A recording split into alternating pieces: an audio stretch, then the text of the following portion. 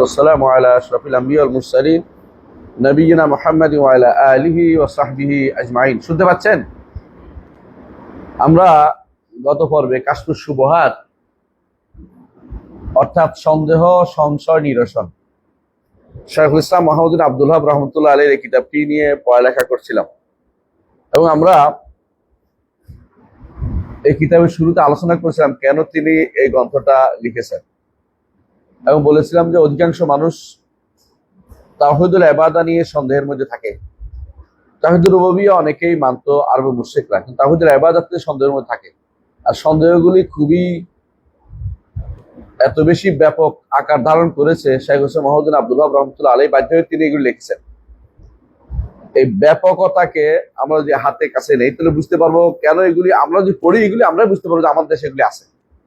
এজন্য আমরা শুধু পড়ে যাই তো বুঝতে পারবো, বাকিটা ইনশাআল্লাহ ব্যাখ্যা কম করি, শুধু পড়ার জন্য পড়ি ইনশাআল্লাহ, তাহলে আমরা বুঝতে পারবো যে আমরা আসলে কেন তিনি এত গুরুত্ব দিয়েছেন এবং এগুলি কে লিখেছেন। এবং এটা এখন পর্যন্ত আরব দেশে আলহামদুলিল্লাহ ছোট বাচ্চারাও এগুলি জানে, জানার কারণে তারা এখন তাওহীদের উপর ঠিক আছে। যত মানুষ তাওহীদের উপর নিজেকে প্রতিষ্ঠিত রাখতে পেরেছে তারা এই কিতাবটায় গুরুত্ব দিয়েছে। আর যদি কেউ এটাকে তাওহীদের উপর প্রতিষ্ঠিত রাখতে না পারে নিজেকে, তাহলে বুঝতে হবে এইটাকে গুরুত্ব দেয় না। এই জন্য প্রথম যে কথাটা তিনি বলেছেন যে আল্লাহ তাআলা নবীদের, সমস্ত নবীদের, রাসূলদেরকে পাঠিয়েছেন কি জন্য? তাওহীদ প্রতিষ্ঠার জন্য। এবং তাওহীদ হচ্ছে দ্বীনুল আম্বিয়া ওয়া রাসূল, সমস্ত নবী রাসূলদের দ্বীন। প্রথম নবী, প্রথম রাসূলকে নূহ, সর্বশেষ মুহাম্মদ সাল্লাল্লাহু আলাইহি ওয়াসাল্লাম। সবাই কি চেয়েছেন?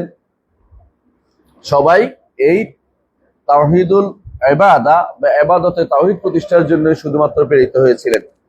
কারণ তাওহীদুল রুবুবিয়্যাতে তাদের সমস্যাটা ছিল না, তাওহীদুল রুবুবিয়্যাতে তাদের সমস্যাটা ছিল না। দলিল হিসেবে নিয়ে আসছেন যে আল্লাহ তাআলা কোরআনে কারীমে সূরা নূহের মধ্যে যেটা বলেছেন, ওয়াকালু লা তাযারুন্না ওয়াদ্দা ওয়ালা সুওয়ান ওয়ালা ইয়াগুসা ওয়া ইয়াউকা ওয়া নাসরা, যে পাঁচজন নেককার, প্রথম যে শিরক হয়েছে বনি আদমের মধ্যে, তা হচ্ছে পাঁচজন নেককার বান্দা ছিল, তারা মারা যাওয়ার পরে তাদের অনুসারীরা শিরকে লিপ্ত হয়েছে। এটা হলো তিনি উদাহরণ দিচ্ছেন যে মূলত বনি আদমের মধ্যে শিরিক হয়েছে প্রথম কিসের মধ্যে? ইবাদতে শিরিক। আল্লাহকে রব মানার ক্ষেত্রে শিরিকের বিষয়টা খুব কমই ছিল, বনি আদমের মধ্যে এটা খুব ব্যাপকতা লাভ করেনি কোনোদিনই। বনি আদমের মধ্যে এটা খুব ব্যাপকতা লাভ করেনি। হ্যাঁ, ২-৪ জন ছিল, যেমন নমরুদ ছিল, যেমন ফেরাউন ছিল, এবং হয়তোবা কওমে আদের মধ্যে কওমে আদ বলেছিল মান আশাদ্দু মিন্না কুওয়া, কিন্তু দেখা গেছে ব্যাপক আকার ছিল না। এই জন্য নবী রাসূলগণ ওই জায়গাতে তাদের সময় ব্যয় করেন নাই। তারা বেশিরভাগই ইবাদত আল্লাহর জন্য করতে হবে, একমাত্র এটার জন্য তারা সময় ব্যয় করেছেন। এবং কোরআনে কারিমে এটা আল্লাহ তাআলা বলেছেন, আমরা গত পর্বে দলিল দিয়েছি। তো এইটার দলিল হিসেবে যে শুধুমাত্র তাওহীদুল ইবাদার জন্য আল্লাহ তাআলা নবী রাসূলকে পাঠিয়েছেন, না হলে বিশেষ করে মুহাম্মদ রাসূলুল্লাহ সাল্লাল্লাহু আলাইহি ওয়াসাল্লামকেও তাওহীদুল ইবাদা প্রতিষ্ঠার জন্য পাঠিয়েছেন। না হলে আরবের মুশরিকরা তাওহীদুল রুবুবিয়্যার স্বীকৃতি দিত, আল্লাহকে রব হিসেবে মানার বিষয়টা তাদের কাছে স্বীকৃত ছিল। এর প্রমাণ করতেছে আজকে। পড়েন, ওয়া ইল্লা فهؤلاء المشركون الذين قاتلهم رسول الله صلى الله عليه وسلم يشهدون أن الله هو الخالق وحده لا شريك له وأنه لا يرزق إلا هو ولا يحيي ولا يميت إلا هو ولا يدبر الأمر إلا هو وأن جميع السماوات السبع وما فيهن والأرضين السبع وما فيهن كلهم عبيده وتحت تصرفه وقهره। আলহামদুলিল্লাহ, তিনি বলতেছেন যদি এই বিষয়টা না হইতো, অর্থাৎ আরব মুশরিকদের সাথে রাসূলুল্লাহ সাল্লাল্লাহু আলাইহি ওয়াসাল্লামের যে বিরোধটা, এটা শুধুমাত্র তাওহীদের ইবাদার মধ্যে ছিল। কারণ হচ্ছে আরব মুশরিকরা সাক্ষী দিত আল্লাহ তাআলাই স্রষ্টা একমাত্র, তার কোনো শরীক নেই সৃষ্টিতে, তার কর্মে কোনো শরীক নেই, সত্তায় কোনো শরীক নেই, এটা তারা মানত। মানে আমরা জানি যে রুবুবিয়ত মানে সত্তা ও কর্ম, রুবুবিয়ত মানে আল্লাহর সত্তা ও কর্ম, দুইটা জিনিসকে একসাথে কি বলা হয়? রুবুবিয়ত, এই জায়গাতে তারা কোনো শরীক করতো না। ও আন্নাহু লা ইয়ারযুকু ইল্লাহু, তিনি ব্যতীত কেউ রিজিক দেন না। রিজিক দেয়া কি? আল্লাহর কর্ম।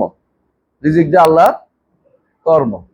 ওয়ালা ইউহয়ি ওয়ালা ইউমিতু ইল্লাহু, জীবন দেয় না, মৃত্যু দেয় না তিনি ব্যতীত।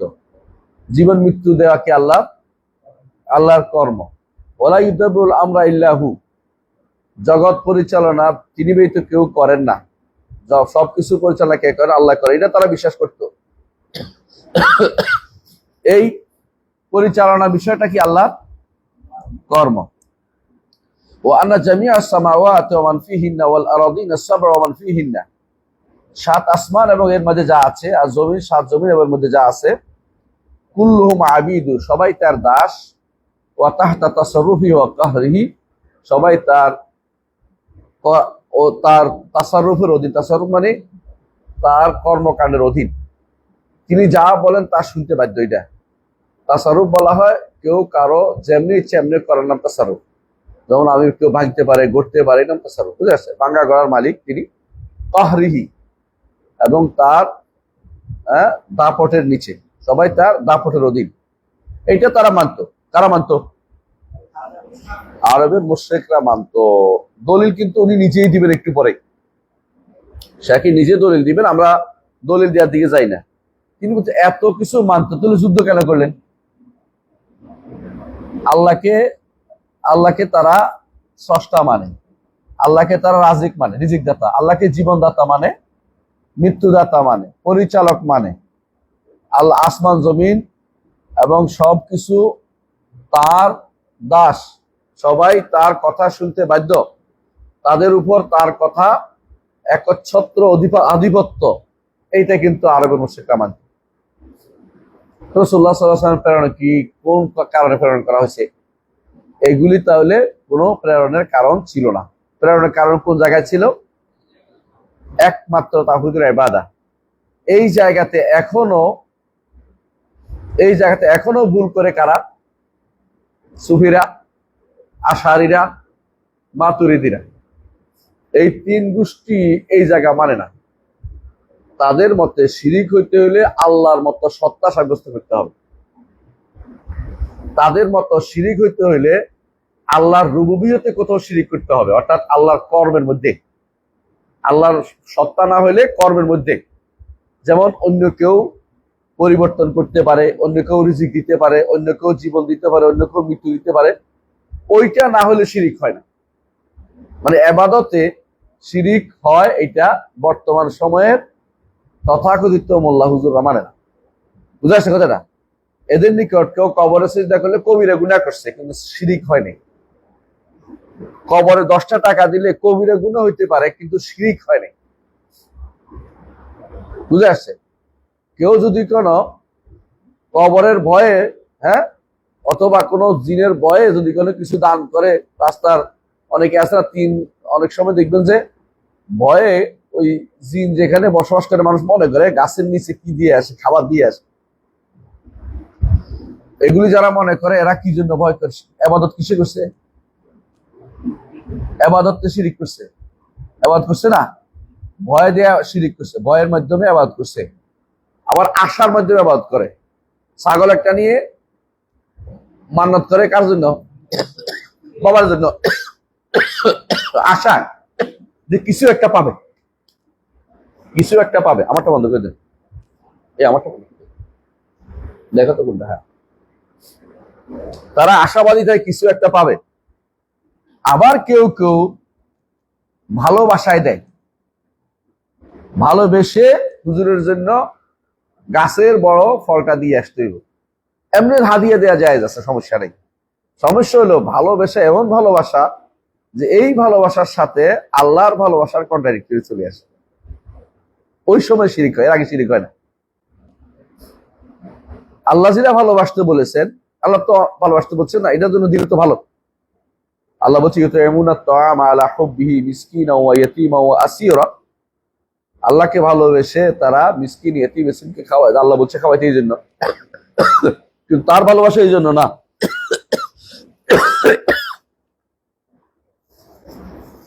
কে মনে করছে হুজুরের হাতে যান না, হুজুরের হাতে ভালো মন্দ সব। হুজুর যদি খুশি হইয়া যায় আর কি আটকায়? বুঝাচ্ছে? আমার পীর খুশি, দুনিয়া খুশি, এই বিশ্বাস নিয়ে যে ব্যক্তি কাউকে কিছু দিবে, সেই ব্যক্তি শিরকে লিপ্ত হয়েছে, কোনো সন্দেহ নেই। তার ভালোবাসা এখন আল্লাহর ভালোবাসার সাথে কন্ট্রাডিক্টরি হয়ে গেছে। কারণ এই কাজটা কার? আল্লাহ। এখন সে ভালোবাসছে, যে ভালোবাসা আল্লাহর জন্য হওয়ার দরকার ছিল, কার জন্য বাসছে? পীরের জন্য, অথবা কোনো মাজারের জন্য, অথবা কোনো গাজর মাছের জন্য, গজার মাছের জন্য, অথবা কোনো কুমিরের জন্য।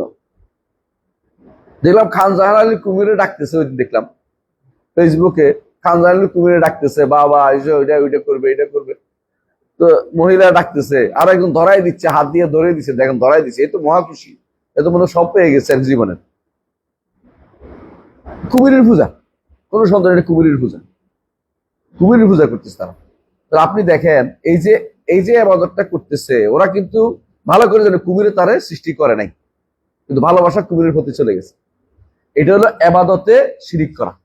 আবাদতে শিরিক এইটাই ছিল আরবের মুশরিকদের কাজ। তাহলে আল্লাহকে তারা মানত, আল্লাহকে স্রষ্টা হিসেবে মানত, আল্লাহকে তারা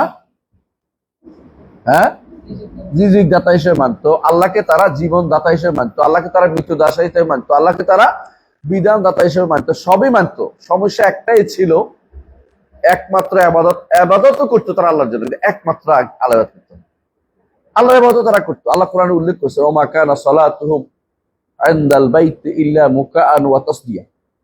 আল্লাহর ঘরের কাছে তাদের যে সালাত, এই সালাত শুধুমাত্র হাততালি আর শীষ। তো আবাদত একটা করতো তারা। এমনকি তারা মানুষের ছাতু খাওয়াইতো, হাজিদের কাপড় দিত, কাবার খেদমত করতো, পানি খাওয়াইতো।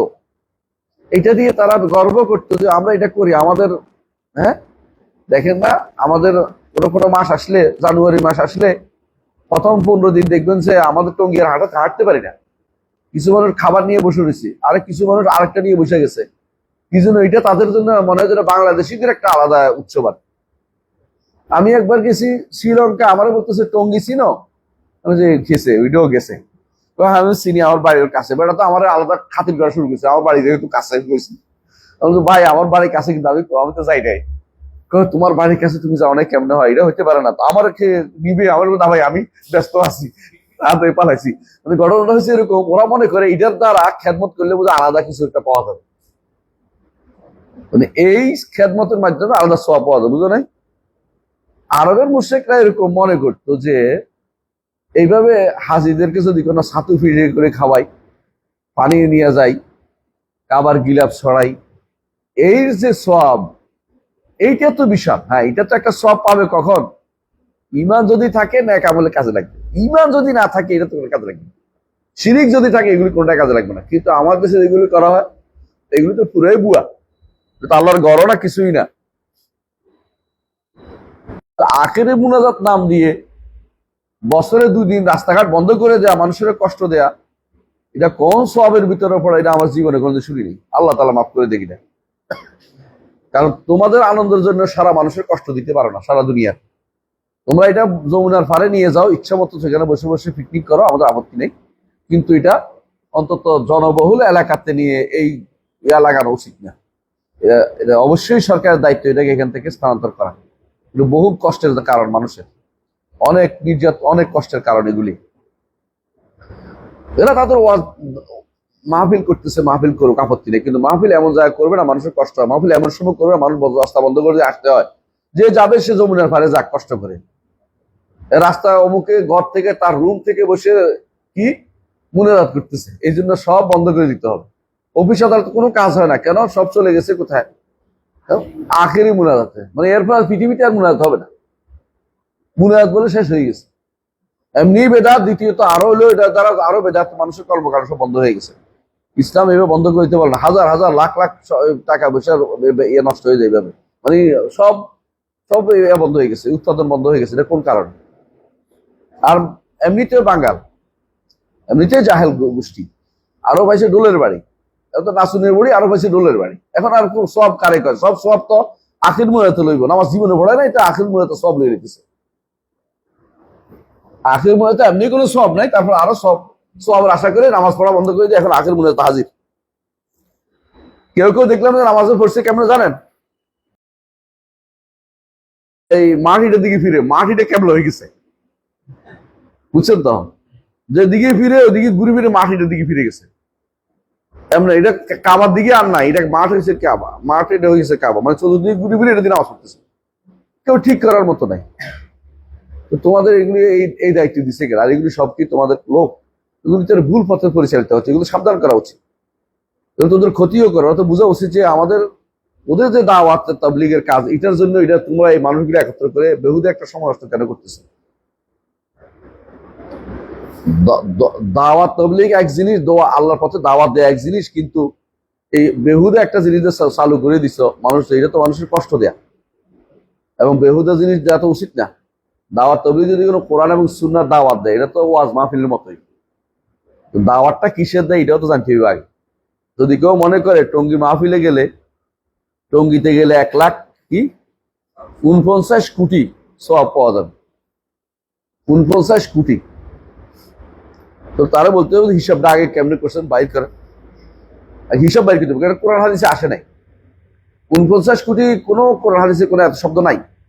আর ওই ভাষাতে কোটি কোনো শব্দই নেই, আর ওই ভাষাতে কোটি কোনো শব্দ নাই। এখন হয়েছে নতুন মিলিয়ন ঢুকছে, আর ওইটা 1000 রূপে কোনো শব্দ ছিল না, এখন মিলিয়ন ঢুকছে।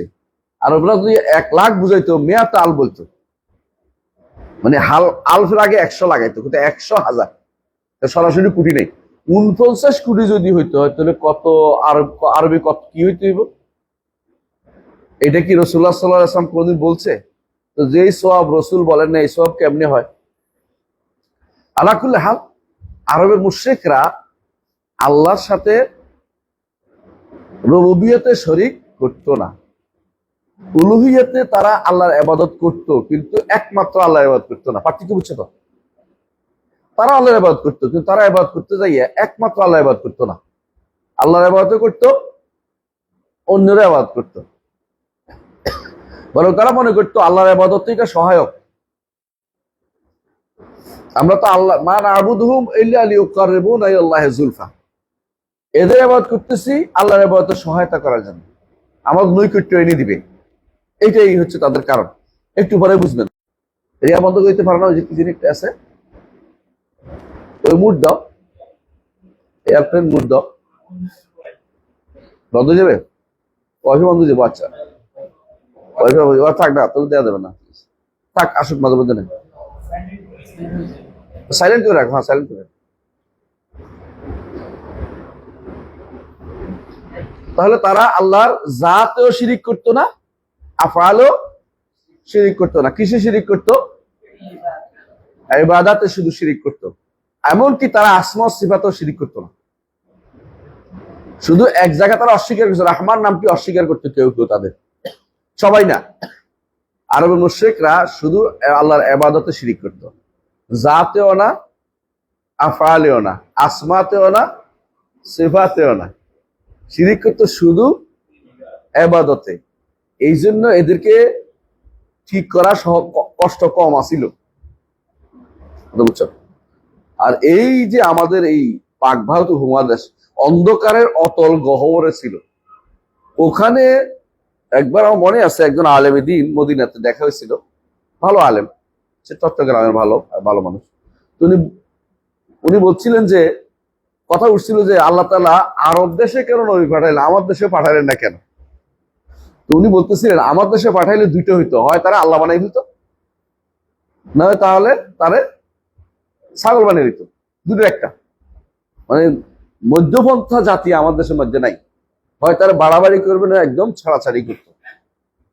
আর আরবরা যেমন দেখো যুদ্ধের ময়দানে যেভাবে তারা মৃত্যুকে আলিঙ্গন করতে ভালোবাসে, আমার দেশে যে পিছু টানটা এটা সবচেয়ে বেশি। এরা এমনি রোগে শোকে মরে গেলে কান্নাকাটি করে তো গেছে, এটা কিছু না, কিন্তু যদি কোনো কারণে যুদ্ধে মরে যায় তো দোষটা সবটা দিবে যে সাথে নিচে তারে। আর আরবের মায়েরা তারা জীবনটা এভাবে দিত যে আমার ছেলে আল্লাহর রাস্তায় একটা দিতে পারছি, এই চিন্তা তারা করতো। তো তাদের মধ্যে ডিভোটি বেশি হওয়ার কারণে, মানে ডিভোশন বেশি থাকার কারণে আল্লাহ তাআলা ওদেরকেই পছন্দ করেছে। আর তাদের মধ্যে বিবেকের কিছুটা স্বচ্ছতা ছিল, বুঝাই দিলে তাড়াতাড়ি বুঝতো, এই জন্য তাদের মধ্যে নবী পাঠাইছে। আর আমার দেশে হইলে তাওহীদুর রুবুবিয়্যাহই বসে থাকতে হইতো বছর খানেক, তারপরে চিন্তা করতো উলুহিয়্যা কোন জিনিস। কথা কি বুঝাতে পারছি? আর এখন যে অবস্থা দাঁড়াইছে, রুবুবিয়্যাহ নষ্ট, উলুহিয়্যাহ নষ্ট, আসমা সিফাতও নষ্ট। আরবের অবস্থা হচ্ছে এখন ভয়াবহ আকার ধারণ করছে। বুঝে আসছে কথাটা? আরবের অবস্থা হচ্ছে এখন ভয়াবহ আকার ধারণ করছে। কারণ আরবের অবস্থা ছিল শুধু উলুহিয়াতে শিরিক করতে, এখন রুবুবিয়াতে করতেছে, আসমা সিফাতে করতেছে, তারপরে উলুহিয়াতে একটা অংশ তো করতেই আছে, মানে সব জায়গাতে শিরিক আছে। এখন সবচেয়ে বেশি আমাদের এই শিরকের বিরুদ্ধে কথা বলা বেশি দরকার, তাওহীদের বিরুদ্ধে কথা বলা বেশি দরকার। আর সেখানে আমি এই জায়গা বাদ দিয়ে সারাক্ষণ অন্য জায়গাতে হিট করছি। এইটা যদি ঠিক হইতো, আপনি একটু চিন্তা করেন, বাংলাদেশের মানুষ এই জায়গা ঠিক হইতো, তাহলে বাইরের তন্ত্রমন্ত্র দিকে সে হাত বাড়াতো না। তার কাছে মনে হইতো আমার আল্লাহ যা দিছে তা, এখন এটা কেমনে বাস্তবায়ন করে চিন্তা ভাবনা করতো, তখন এটা হইতো। তখন প্রত্যেক কথা আমার মতে আসেন, আমি এমনি করবো, এগুলো আমার মতে আসেন। এখন না, এখন আর ইসলাম তো এই মুহূর্তে চলবে না, অন্য কিছু আনতে হবে। এই মাথা যেন তাদের মাথার ভিতরে ঢুকে গেছে, এখন এটা ঢুকে গেছে। এখন কোনো মতেই এই পথে চলা যাবে না, ইসলামের পথ এখন তাদের কাছে আর সুন্দর লাগে না কোনোদিনই। আমার দেশে যে সমস্ত রাজনীতিবিদ আছে, আপনি ভালো করে তাদেরকে জিজ্ঞাসা করেন, তাদের লাস্ট কথা হচ্ছে এটা, ইসলামের মতটা এক সময় খুব ছিল, কিন্তু এই সময় এই মুহূর্তে চলবে না, আবার কোনোদিন আসতেও পারে। আমরা ক্ষমতায় গেলে অথবা আমরা কারোর মাধ্যমে সেটা করে ছাড়বো, অথবা এইভাবে হবে, অথবা একবারে তাড়াতাড়ি আর কোনো সময় আসবে না, যদি কোনো কে না আসে, ইমাম মাহদী আসছে, এর আগ পর্যন্ত আর এটা হবে না। তোমার কে বলছে এর আগ পর্যন্ত হবে না? তুমি দাওয়াতের কাজ করো, আল্লাহ ব্যবস্থা করে দিবে। তাওহীদুর রুবুবিয়্যাহ, উলুহিয়্যাহ, আসমা ওয়াস সিফাতকে ঠিক করো। মানুষ দৈনন্দিন জীবনে প্রতিটা মুহূর্ত তার এগুলির সাথে জড়িত, প্রতিটা মুহূর্ত যে কোনো কাজ করবেন আল্লাহর সন্তুষ্টি আছে কিনা, এক নম্বর। দ্বিতীয়ত, রসুলের পদ্ধতিত হয়েছে কিনা, 2 নম্বর। এই দুইটা জিনিস একজন মানুষ মাথায় রাখলে এমন কোন বেদাত করতে পারবে না, এমন কোন শিরকের কাজ সে কোনোদিন করতে পারবে না। এই দুইটা জিনিস যদি সে মাথায় রাখে, কোনোদিন শিরকও করতে পারবে না, বেদাতও করতে পারবে না। কারণ তার মাথার মধ্যে আসবে যে এইটা তো রসুল করেন, আমি কেমনে করি। আমি মাঝে মধ্যে বলতাম, আপনাদের খুব খারাপ লাগতো কথাটা, এই যে মার্চ ফর গাজা, কয়েকজন তো আমারও পারে না ইহুদি বানাই ফেলতে। আমি তো এটা দিয়ে আমার লাভটা কি? গাজাওয়ালাদের লাভ হয়েছে না আমাদের লাভ হয়েছে? মার্চ ফর গাজাতে কি কি লাভ হয়েছে একটু বলেন তো? কিচ্ছু হয় নাই। গাজার মানুষরা কি এখনো মরতেছে না? গাজার মানুষদের বিরুদ্ধে আমাদের কি করার, আমাদের যা করার তা কি করছি? পর মার্চ ফর গাজা করে আপনার আমি যদি করে এখন অন্য কারো জন্য মার্চ করতাম, তো আপনি বলতে পারতেন যে আপনি ওইটার জন্য করছেন কেন? শরীয়তে এই মার্চ সিস্টেমটাই নাই। এই মার্চ সিস্টেমটা হচ্ছে সেনাবাহিনীর কাজ। এই মার্চ আছে, সেনাবাহিনী মার্চ করে না, সামনে যায় না। মার্চটা হচ্ছে রাষ্ট্রের কাজ, মার্চটা হচ্ছে সেনাবাহিনীর কাজ। জনগণের এটা কাজ না, জনগণের কাজ হচ্ছে প্রত্যেককে সচেতন করে তোলা। সচেতনের পদ্ধতিটা হইলে তো বলার দরকার ছিল ওখানে, আমরা এখন থেকে আমরা দিনের দিকে ফিরে আসলে আল্লাহ আমাদের সাহায্য করবে। আল্লাহ বলছেন, আল্লাহর কথা হচ্ছে সত্যবাদী আর কি আছে, যে আল্লাহকে সাহায্য করে আল্লাহ অবশ্যই তাকে সাহায্য করবে।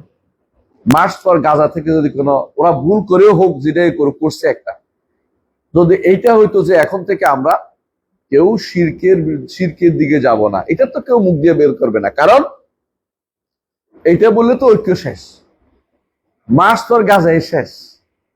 প্রথম কথাই সবাইকে বুঝে, এটা কোন কথা, আমরা কি শিরিক করি নাকি? যদি তাদের মধ্যে যারা বড় পীররা আসছে জিজ্ঞাসা করতেন যে আপনার পীর কি কি পারে, দেখতেন যে সব পারে, আল্লাহ যা যা পারে তিনি সব পারে, এরকম বলে ফেলতো। ইসলাম কোনোদিন পীর ধরতে বলে নাই, ইসলাম কোনোদিন পীর ধরতে বলে নাই। তো কি ধরতে বলছে? আলেম ধরতে বলেছে।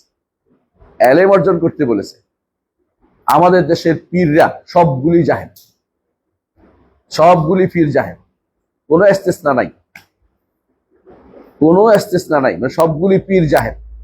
যে ব্যক্তি পীরগিরি করে সে ব্যক্তি জাহেল, কারণ সে নিজেই বুঝে যে সে মরে গেলে কারো উপকার করতে পারবে না, জীবিত অবস্থায়ও কারো ভালো মন্দ করার ক্ষমতা রাখে না।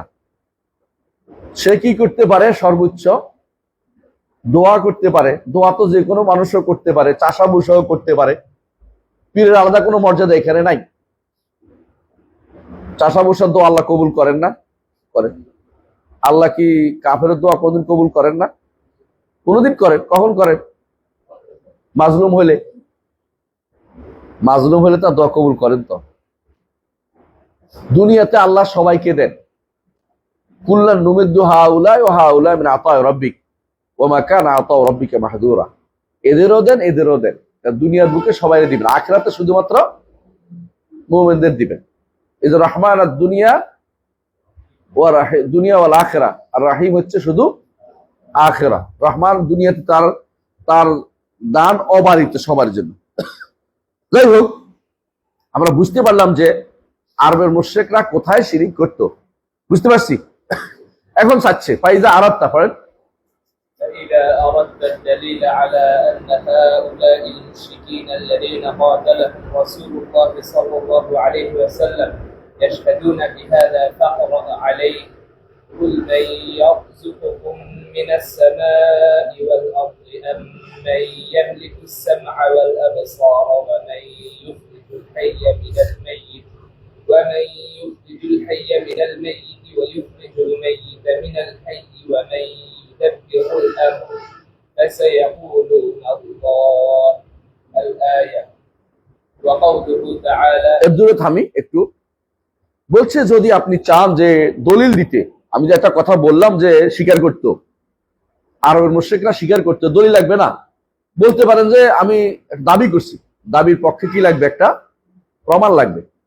প্রমাণ কি? প্রমাণ হচ্ছে কোরআন আয়াত, সূরা ইউনূসের 31 নম্বর, না সূরা ইউনূসের 31 নম্বর আয়াত। সূরা ইউনূসের 31 নম্বর আয়াত আল্লাহ তাআলা বলছেন, হে নবী আপনি বলে দিন, মান ইয়ারযুকুকুম মিনাস সামা'i ওয়াল আরদ, আসমান ও জমিন থেকে কে তোমাদেরকে রিজিক দেয়? আম্মান ইয়ামলিকুস সাম'a ওয়াল আবসার, তোমাদের শোনা দেখা এগুলির মালিক কে? মালিকানা কাদের? কার? ওয়া মান ইউখরিজুল হাইয়্যা মিনাল মাইয়্যিত, মৃত থেকে জীবিতকে কে বের করে? মৃত থেকে জীবিত বের করার উদাহরণ কি দেয় জানেন তো? ডিম থেকে বাচ্চা ফুটানো। ওয়া ইউখরিজুল মাইয়্যিতা মিনাল হাই, বাচ্চা থেকে ডিম, মুরগি থেকে ডিম বের করবো। হ্যাঁ। ওয়া মান ইউদাব্বিরুল আমরা, আর জগৎ পরিচালনা করে কে? স্পষ্ট। এটা জিজ্ঞাসা করছে তো, ফাসায়াকুলুন আল্লাহ, তারা অবশ্যই বলবে আল্লাহ। আল্লাহ চেয়ে সত্যবাদী আর কে আছে? আল্লাহ বলছেন যে তারা অবশ্যই আল্লাহ বলবে। কি এগুলি জিজ্ঞাসা করলে যে কে তোমাদের মালিকানা কার, তোমাদের রিজিক দেয় কে, তোমাদের জীবিত করে কে, মৃত্যু করে, এগুলি সবগুলি কে করে? আল্লাহ। তো আল্লাহর কথার চেয়ে সত্য কথা তো আর কারো হইতে পারে না। ওমান আসদাকু মিনাল্লাহি কিলা, ওমান আসদাকু মিনাল্লাহি হাদিসা। তো যেহেতু বোঝা যাচ্ছে যে আল্লাহই এটা করেন, তো রসুল যুদ্ধ করলেন কি জন্য? রসুল শত্রু হলেন কি জন্য? রসুল হিজরত করলেন কি জন্য? ভাই ভাইকে মারলো কি জন্য? সেটা আসেন। আরেকটা দলিল দিচ্ছে, একটা দলিল দিচ্ছে সূরা ইউনূসের 31 নম্বর আয়াত। দ্বিতীয় দলিল ওয়াকাউলুহু تعالى قل لمن الأرض ومن فيها إلى قوله فأنى تسحرون। আচ্ছা, উনি পুরোটা দেন না, আমরা পুরোটা পড়বো। কুল লিমানিল আরদু ওয়া মান ফিহা ইন কুনতুম তা'লামুন, হে নবী আপনি জিজ্ঞাসা করেন, বলেন জিজ্ঞাসা করেন, লিমানিল আরদু ওয়া মান ফিহা, জমিনের মালিক কে? লামে তামলিক বলে এটাকে। জমিনের মালিক কে? জমিনের মধ্যে যা আছে এগুলি মালিকানা কার? তোমাদের লাত মানাত উজ্জা কি এগুলির মালিক? তোমাদের কি নাম এটা, দরগা আর দুর্গা, এগুলি কি জমিনের মালিক? জমিনের ভিতরে যা আছে এগুলির মালিক? কখনো না, কেউ বলবে না এগুলি মালিক। এরাও বলবে না, এরাও বলে না। এরা বলে আমরা এটার পূজা করি সিম্বলি, এরা বলে আমরা এটা পূজা করি আল্লাহর ইবাদত করতে, পার্থক্য একটাই, আল্লাহ ইবাদত করতে যাই। ইন কুনতুম তা'লামুন, যদি তোমরা বলো, জানো তো বলো তো আসলে কে? জমিনের মধ্যে, জমিন এবং জমিনে যা আছে এগুলির মালিকানা কার? সায়াকুলুনা লিল্লাহ, তারা অবশ্যই বলে এগুলির মালিকানা কার? আল্লাহ। কুল আফালা তাযাক্কারুন, হে নবী আপনি বলেন তাহলে কি একটু তোমরা এগুলি থেকে শিক্ষা নিবে না? মালিক যে সেইটা আবাদত পাওয়ার যোগ্য, অন্যকে আবাদত কেন পাবে? কারণ দুনিয়াতে ধরেন আমি এটার মালিক, আমি দিতে পারবো, কিন্তু আমি যেটার মালিক নই এটা তো আমি দিতে পারবো না। আল্লাহ কোরআনে কি সুন্দর উল্লেখ করেছেন যে তোমরা যাদের আবাদত করো এরা এতই অপারগ যে যদি মাসিও জুবাব যদি এর থেকে কিছু ছিনে নিয়ে যাও উদ্ধার করতে সক্ষম না। এই যে কবরগুলি পড়ে রয়েছে, পানির নিচেও মাঝে মধ্যে পড়ে, মাঝে মধ্যে ভেঙ্গেও পড়ে যায়, মাঝে মধ্যে কত অসুবিধা হয়। হেরা যদি এত ক্ষমতার অধিকারী হইতো তাহলে হেরা তো অনেক কিছু করে ফেলতে পারত। চরমনায় পীরের কবর 10 হাত পানির নিচে পড়ে আছিল 88 সালে, কদিন আগেও। তো উনি যদি এতই ক্ষমতার অধিকারী হইতো উপরে উঠে যেত না? কি বলে? হ্যাঁ, উপরে উঠে যেত না? আরো আছে পীরের এই যে কবরগুলির চারপাশে যে সমস্ত লোকেরা বসে থাকে, ওরা সারা জীবন শুধু ভিক্ষাই করে গেল। এত খেদমত করার পরেও ওদেরকে তারা ধনী করে দিতে পারলো নাকি?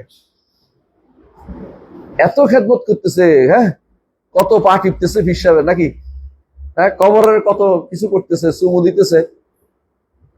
কুমিল্লাতে এক পীর আছে, আমি তোমাদেরকে বলছিলাম, ওই পীরের সকালবেলা কাজে হইলো পীরের মুরিদেরা আসা পীর কবরটা ধুয়ে ফেলবে, ধুয়ে গ্লাসে গ্লাসে পানি খেয়ে ফেলবে। বুঝলাম না কবর ধোয়ার মধ্যে পানি খাওয়ার মধ্যে কি আছে? মানুষ যখন পাগল হয়ে যায় বিবেক তখন হারিয়ে ফেলে, এটা তো সোজা, এদের বিবেক নষ্ট। এই জন্য ইমাম শাফিঈ বলছিলেন যে কেউ যদি কোনো সকালবেলায় সুফিবাদে ঢুকে বিকেলবেলা পাগল হয়ে বেরোবে,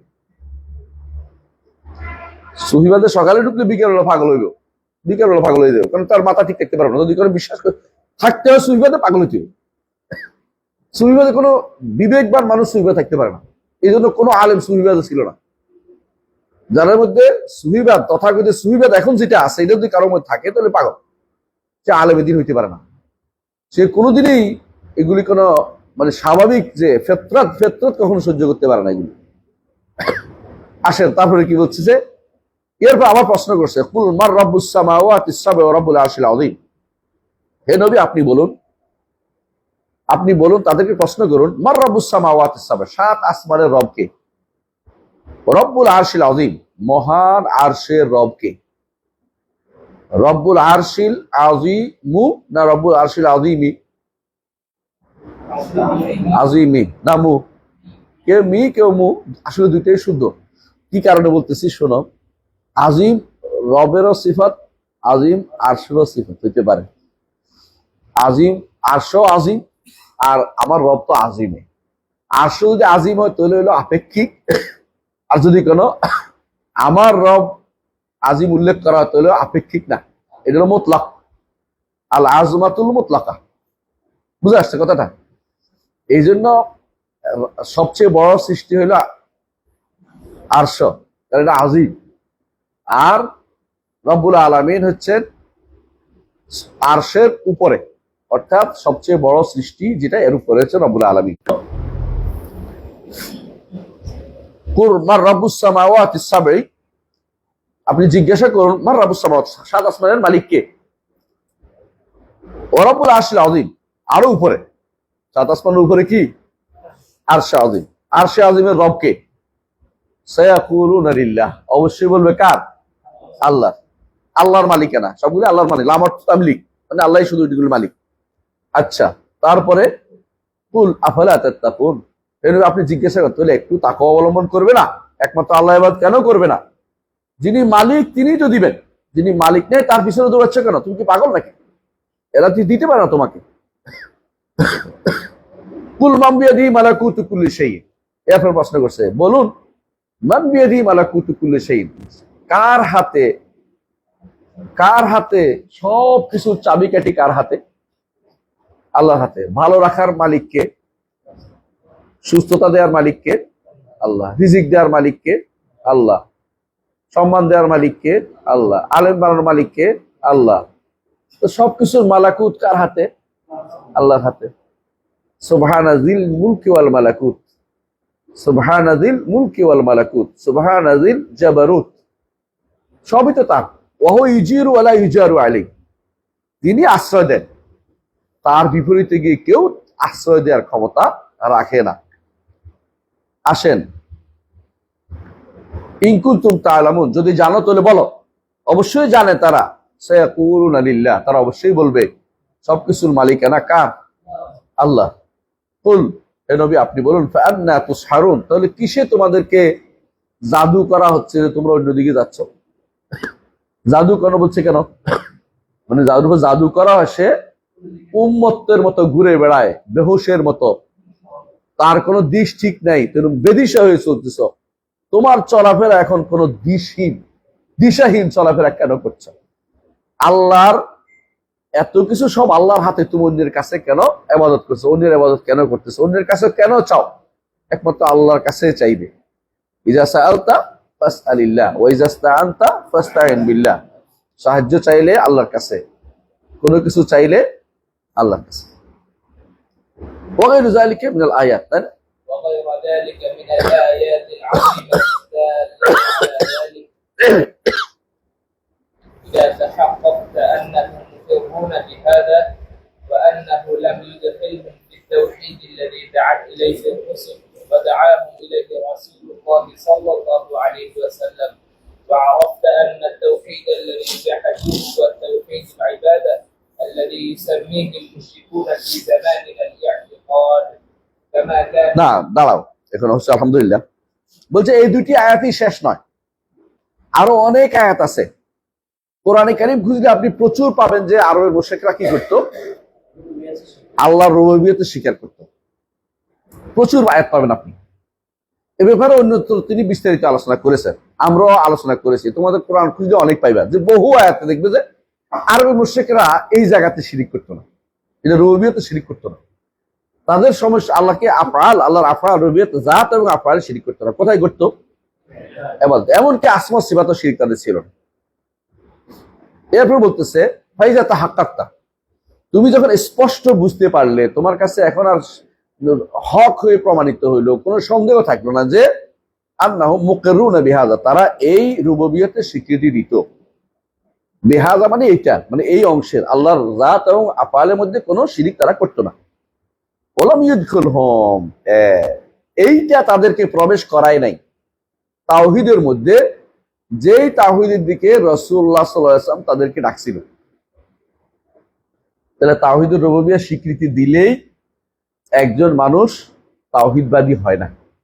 কারণ এই জন্য আমরা সবসময় আপনাদেরকে বলছি, আপনাদের মনে আছে যে এটা নাই, আচ্ছা, তাওহীদের তিনটা অংশ বলি আমরা। কারণ আমার দেশে প্রকার বলতে যেটা বুঝায়, আরবরা ওই কিসম বলতে ওইটা মানে ওইটা বুঝায় না, বুঝেন কিনা? আকসামুত তাওহীদ বলে আরবরা, একটা অংশ তিন ভাগ করলে কিসিম হয়। আর আমরা যখন প্রকার বলি, আমার বাংলা ভাষায় প্রকার বলতে আমরা বুঝি তিন ধরনের জিনিস। কথা বুঝছেন কিনা?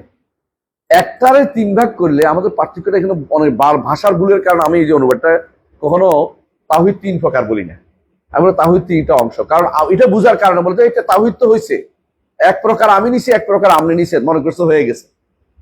আমি বলি যে না, বরং তাওহীদের অংশ বলতে হবে। কেন অংশ বলতে হবে? কারণ তাকসিমটা হচ্ছে আরবি ভাষায় একটা জিনিসের ভাগকে কিসিম বলে, আর যদি কয়েক ধরনের জিনিস হয় তখন নোর বলে। নো আই নো, বুঝছি, নোর বুঝো তো। আর যদি এই জন্য বলে, ধরেন আপনারে ভাগ করলে বলবে যে কিসিম, বুঝছেন কিনা? মানুষের প্রকার বলবো যে মানুষের নো হচ্ছে নারী পুরুষ, আর মানুষের একটা ভাগ করলে কইবে যে মাথার অংশ, পায়ের অংশ, পেটের অংশ, বুঝছেন কথা না? তো তাওহীদের যদি আমি প্রকার বলি বাংলা ভাষায়, বুঝে আসছে? তো ওই নোয়ের অর্থ চলে যায় অনেক সময়, নোর যেটা ভাগ। আমার দরকার হচ্ছে তাওহীদের একই জিনিসের বিভিন্ন অংশ বলা, কারণ না হলে মানুষ মনে করে আমি তো একটু তো আসি, আপনি যে একটুর কারণে যে মোটেই না, এটা আপনারা কেমন বুঝে? কেউ যদি বলে আমার কলজাটা আছে মাথাটা নাই, তাহলে থাকা হইলো? হ্যাঁ, মানে মাথাটা নাই কলজাটা আছে, তাও থাকা হইলো না।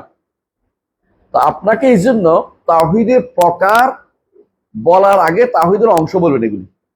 তো যেহেতু উনি এই জন্য বলতেছেন, যখন তুমি বুঝছো যে এরা এগুলি স্বীকার করতো, উনি বলেন না যে তাওহীদ স্বীকার করতো, উনি বলছে এগুলি স্বীকার করতো, একটা অংশ স্বীকার করতো, এগুলি তাদেরকে প্রবেশ করায় নাই ওই তাওহীদের যে তাওহীদ দিকে রসুল আহ্বান জানাইছেন। মানে যে অংশের দিকে রসুল ডাকছেন রসুলরা, সে অংশে না ঢুকার কারণে তাদেরকে তাওহীদবাদী বলা হয়নি। কারণ একজন মানুষ যদি কোনো মাথা না থাকে, মানুষ আর নাই, লাশ, মরে গেছে। কথা বুঝেন কিনা? শরীর আছে, প্রকার যদি হয় মানুষ দুই প্রকার, একটা নারী একটা পুরুষ। আমাদের তো এটা উদ্দেশ্য না। আমাদের উদ্দেশ্য হচ্ছে একটা কমপ্লিট যদি হইতে হয়, তিনটা অংশ লাগে তাওহীদের। সেটা কি? রুবুবিয়্যাত, উলুহিয়্যাত, আসমা ওয়াস সিফাত।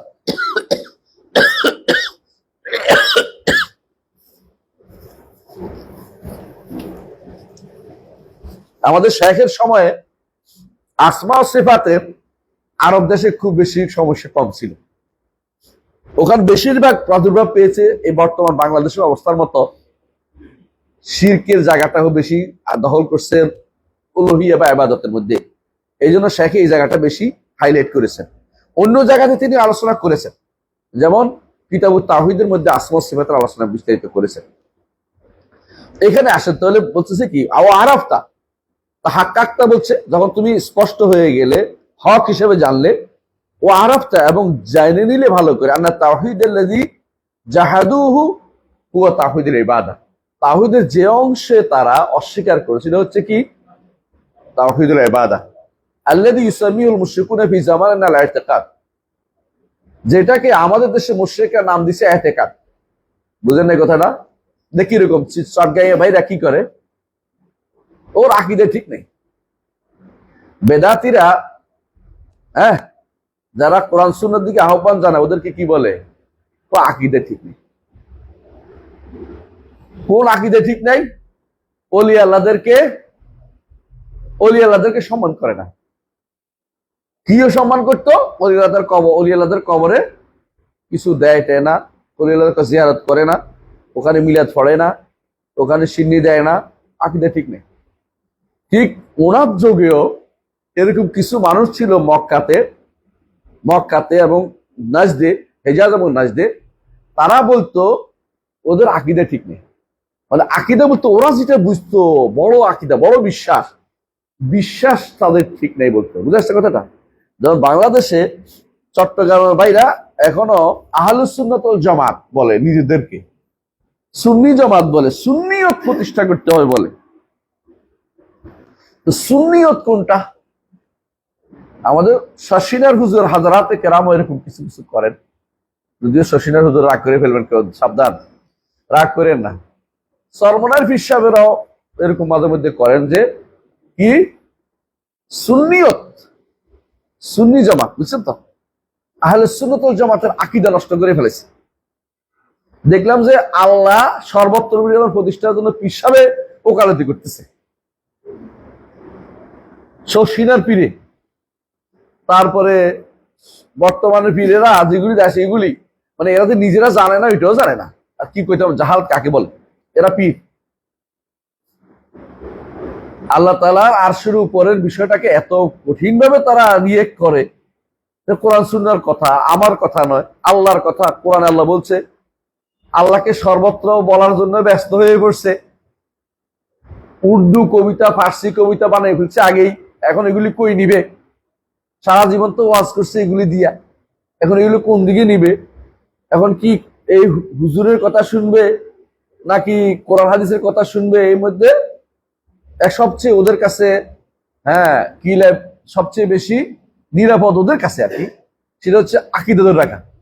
যে আকীদার উপরে আমাদের বাপ দাদারা চলে গেছে, যে আকীদার উপরে আমার দাদা হুজুর কাউলা, হ্যাঁ কাউলা, বুঝছিস তো? এরা তো ক্যাবলা কয়। আমাদের দাদা হুজুর, আমাদের মামা হুজুর, চাচা হুজুর, হ্যাঁ, অমুক খানের হুজুর, বড় হুজুর, অমুক খানের বড় হিসাব চলে গেছেন। ওই আকীদা পরিবর্তন যদি হয়েই গেল, ওই তো শেষ। এই জন্য তারা এইটাকে, অর্থাৎ এইটাকে যে কোনো মূল্যে অলি আল্লাহদের দিবে। আল্লাহ তো আসেনি, অলি আল্লাহরাই তো সব করে, আল্লাহ তো আসেনি, এটা আল্লাহ অলি আল্লাহদের মাধ্যমেই দিবেন। এমনি কি আল্লাহ দিবে নাকি? আল্লাহ দিবেন কিসের মাধ্যমে? অলি আল্লাহদের মাধ্যমে।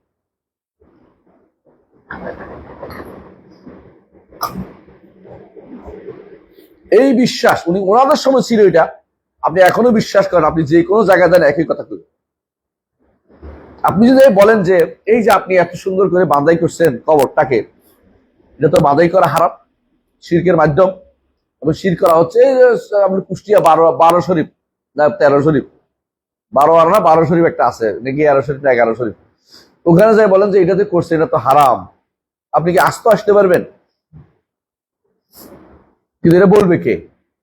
এইখানে জিহাদ কিন্তু মোটেই চায় না। এখানে কিন্তু একটা মার্চ ফর 12 শরীফ হয় না, শুধু মার্চ ফর গাজা আমরা সবাই করতে পারি, কারণ বিরুদ্ধে কেউ নাই তো, সবাই একমত।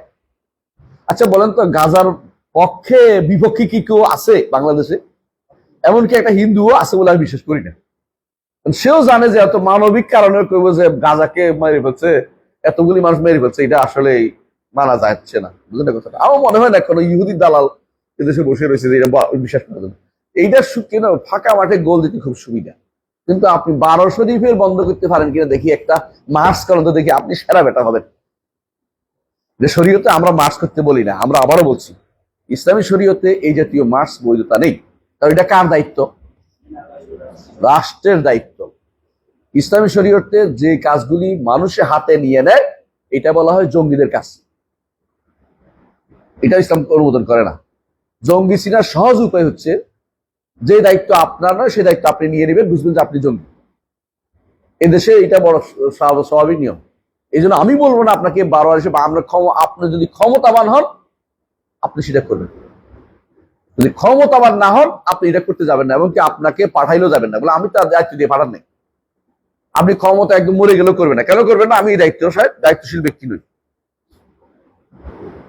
আমি দায়িত্বপ্রাপ্ত ব্যক্তি নই। কথা বুঝতে পারছি? দেখেন শাইখুল ইসলাম মোহাম্মদ আব্দুল ওয়াহাব মদিনায় ছিলেন, দেখছেন রাসূলুল্লাহ সাল্লাল্লাহু আলাইহি ওয়াসাল্লাম কবরের চারপাশে উল্টাপাল্টা সব হচ্ছে।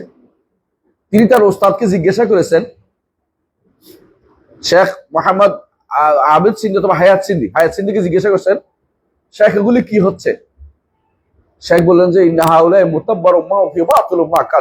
এগুলি ধ্বংসপ্রাপ্ত বাতিল যা করতেছে। কিন্তু শেখও কিছু করতে পারতেছে না। শেখে ধরে মারামারি করতে পারতো না, লোক ধরে এনে করে নাই। কোথায় গেছে? শাসকের কাছে, যা বলছে আপনি আমাকে সাহায্য করুন, এগুলি বন্ধ করুন, আপনি বন্ধ করলে করতে পারেন, আমি আপনাকে এলেম দিয়ে সাহায্য করব। তাই করেছে, কারণ তার হাতে তিনি ক্ষমতার অধিকারী ছিলেন না। বুঝে আসছে? মুসলিমে কয়জনে মিলে রাষ্ট্র পরিবর্তন করছেন, ওইখানে ধরে ধরে বিভিন্ন জায়গায় ভাঙছেন, অমুক খানের ওইটা ভাঙছেন, পরের দিন আবার বানাই বলছে, আপনি কি লাভ হয়েছে দিয়ে? এই বাঁকার দ্বারা বদনামি হয়েছে আমাদের। সালাফিরা ভাঙছে, সালাফিরা কোনদিন ভাঙে না। সালাফিরা মানুষের মন থেকে এগুলো উঠিয়ে দেয়। রাস্তার মধ্যে পথ ভাঙার কাজ না এটা। সালাফিরা ক্ষমতায় থাকলে ভাঙে, ক্ষমতা না থাকলে কি করে?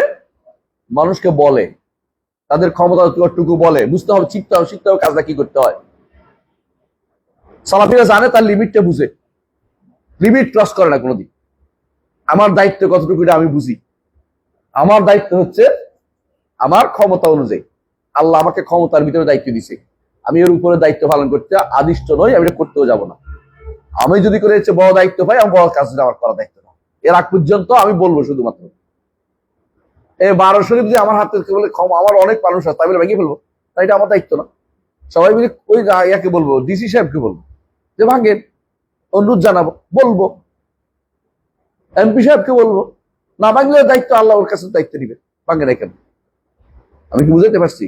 এই জন্য শিখবেন, যখনই কেউ দেখবেন যে ক্ষমতা হাতে নিচ্ছে, নিজের অতিরিক্ত ব্যয় করতেছে যেখানে হোক, তখন বুঝবেন যে এটা আমার মানহাজের লোক না। মানহাজ ছিল সহজ, একদম সহজ। নিজের কর্তব্য বুঝা, আবার অন্যের কর্তব্য হস্তক্ষেপ না করা, এরা হচ্ছে মানহাজ। অনেকে বলবো যে এটা নিস্তেজ করে ফেললো, শরীরকে নিস্তেজ করে দিল, এদের তারা তো আর কোনোদিন জিহাদ কিয়াদ হবে না, জিহাদ ঠিক মতো ওদের দ্বারাই হবে, ওরা বুঝে কখন জিহাদ করতে হবে, তখন এদের দ্বারাই সবকিছু হবে। কিন্তু আপনারা যারা অকারণে মানে অপাত্রে কাজ করতেছেন বিপদে পড়বেন। এগুলি পরবর্তীতে সমস্যার কারণ হয়ে দাঁড়ায়। বুঝে আসছে কথাটা? তাহলে এরা কি করতো, এইটার নাম দিত, অর্থাৎ তাওহীদুল ইবাদা প্রতিষ্ঠার বিরুদ্ধে চলাকে আকীদা নাম দিত। উল্টো আর কি, বুঝছেন কথাটা? যে আমাদের আকীদা নষ্ট করে ফেললো ওহাবিরা, এটা এই অবস্থা উনি বলছেন। হ্যাঁ, كما كانوا يدعون الله سبحانه وتعالى ليلا ونهارا ثم من এটা কিসের উপর সাথে সম্পৃক্ত? কামা দিয়ে বলছে, মানে এটা বুঝাচ্ছে এই জন্য আরবের মুশরিকরা যেভাবে আল্লাহর রুবুবিয়ত স্বীকৃতি দিত, সাথে সাথে তারা আল্লাহর ইবাদত করত। বুঝছেন না কথাটা? ওরা আল্লাহর রুবুবিয়তে কোনো শিরিক করতো না, বলছেন একটু আগে। ঠিক তারা কিন্তু রাত দিন একমাত্র না আল্লাহকেও ডাকতো, একমাত্র করতো না, আল্লাহকেও ডাকতো। কামা ইয়াদুন আল্লাহ সুবহানাহু লাইলা ওয়া নাহারা,